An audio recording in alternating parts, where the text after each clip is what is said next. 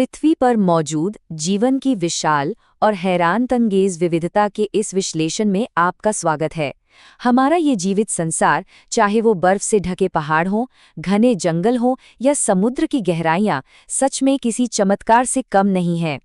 लेकिन क्या आपने कभी सोचा है कि वैज्ञानिक इस पूरे अव्यवस्था को आखिर इतने शानदार और व्यवस्थित तरीके से मैनेज कैसे करते हैं? आइए इस बेहद दिलचस्प सफर की शुरुआत करते हैं। अगर आप प्रकृति को करीब से देखते हैं तो ये आंकड़ा सुनकर शायद आप दंग रह जाएंगे। दुनिया में अभी तक ज्ञात और वर्णित प्रजातियों की संख्या, यानी जिन स्पीसीज को हम जानते हैं, वो लगभग 1.7 से 1.8 मिलियन के बीच है। जरा सोचिए, ये कोई छोटी संख्या नहीं है। ये अपने आप में एक विशाल और लगभग आउट ऑफ कंट्रोल जैव विविधता को दर्शाती है। इतनी अनगिनत प्रजातियों को बिना किसी नियम के पहचानना और याद रखना लिटरली एक असंभव काम है।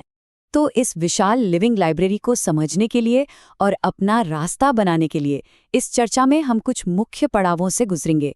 हम शुरुआती उलझन से लेकर एक सार्वभौमिक नामाकरण प्रणाली, वर्गीकरण के मूल नियम और आखिर में टैक्सोनॉमिक सीढ़ी पर चढ़ाव के बारे में बात करेंगे। चलिए सबसे पहले उस अव्यवस्था की बात करते हैं जहां से ये सब शुरू हुआ। जब प्रजातियों की संख्या लाखों में हो तो कन्फ्यूजन होना तो तय है। अब देखिए, असली समस्या आती कहाँ से है। वो है स्थानीय नाम, यानी लोकल नेम्स। पौधों और जानवरों के नाम एक ही देश के अलग अलग हिस्सों में इतनी तेजी से बदलते हैं कि इसने एक भयानक भाषाई उलझन पैदा कर दी थी। एक ही जीव को नॉर्थ में किसी और नाम से और साउथ में किसी दूसरे नाम से पुकारा जाता था।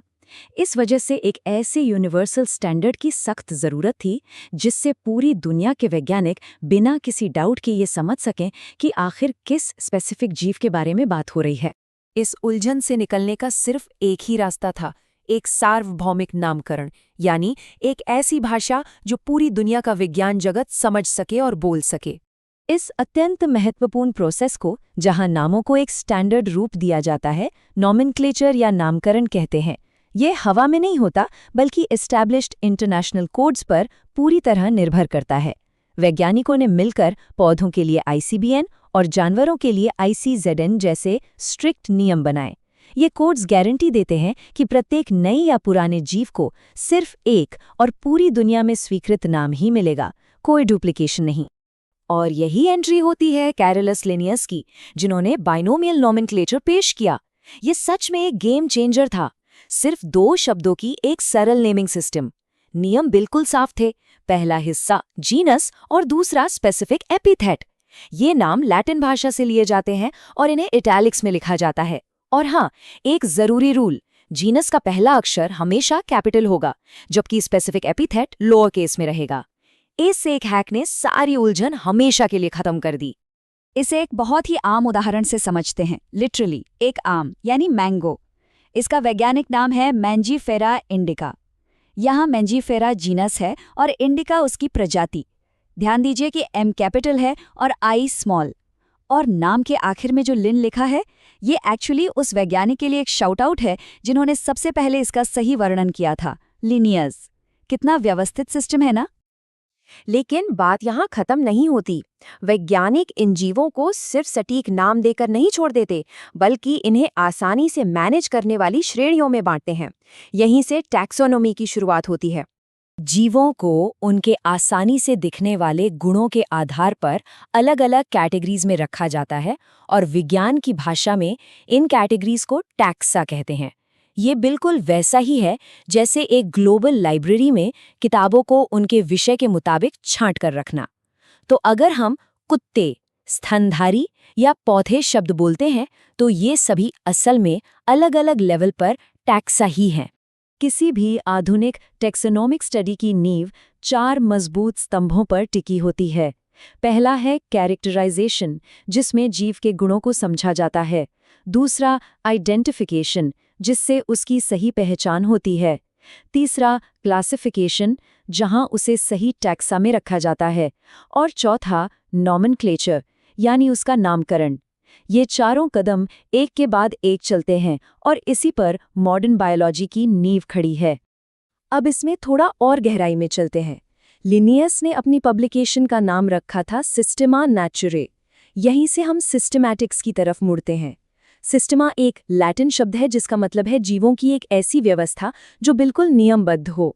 सिस्टमैटिक सिर्फ रूप और आकार नहीं देखता, बल्कि ये इस डीप कॉन्सेप्ट पर काम करता है कि इन छाटे गए जीवों के बीच आपस में पुराने विकासवादी रिश्ते यानी एवोल्यूशनरी रिलेशनशिप्स क्या हैं। ये हमें बताता है कि कौन किससे जुड़ा हुआ है। चलिए अब अपने आखिरी पड़ाव पर आते हैं और देखते हैं कि ये छोटे टैक्सा एक दूसरे के ऊपर स्टैक होकर एक कंप्लीट बायोलॉजिकल हायरार्की यानी वर्गीकरण की सीढ़ी कैसे बनाते हैं। क्लासिफिकेशन कोई सिंगल स्टेप प्रोसेस नहीं है, ये एक असेंडिंग हायरार्की है, एक सीढ़ी की तरह। ये सबसे निचली और विशिष्ट कैटेगरी स्पीशीज से शुरू होती है और सबसे व्यापक कैटेगरी किंगडम तक ऊपर की तरफ बढ़ती है। हर स्टेप पिछले वाले को अपने अंदर समेट लेता है। इस सीढ़ी के बिल्कुल बेस पर आती है स्पीशीज। ये उन जीवों का ग्रुप है जिनमें आपस में बहुत सी फंडामेंटल समानताएं होती हैं। उदाहरण के लिए शेर का स्पेसिफिक एपिथेट लियो है और उसे पैंथेरा जीनस के अंदर रखा गया है। ऐसे ही आम के लिए इंडिका और आलू के लिए ट्यूबरोसम। ये सभी अपने विशिष्ट स्पीशीज लेवल को दर्शाते हैं। लेकिन एक सेकंड, यहाँ एक बहुत जरूरी कैच है। जैसे जैसे आप इस टैक्सोनॉमिक लैडर पर ऊपर चढ़ते हैं, स्पीशीज से जीनस, फैमिली, ऑर्डर और फिर किंगडम तक, सदस्यों के बीच आपस में मिलने वाले कॉमन गुण लगातार कम होते जाते हैं। इसका सीधा सा मतलब ये है कि रैंक जितनी ऊपर होगी, उनके बीच का कनेक्शन समझना उतना ही ज्यादा कॉम्प्लेक्स हो जाएगा।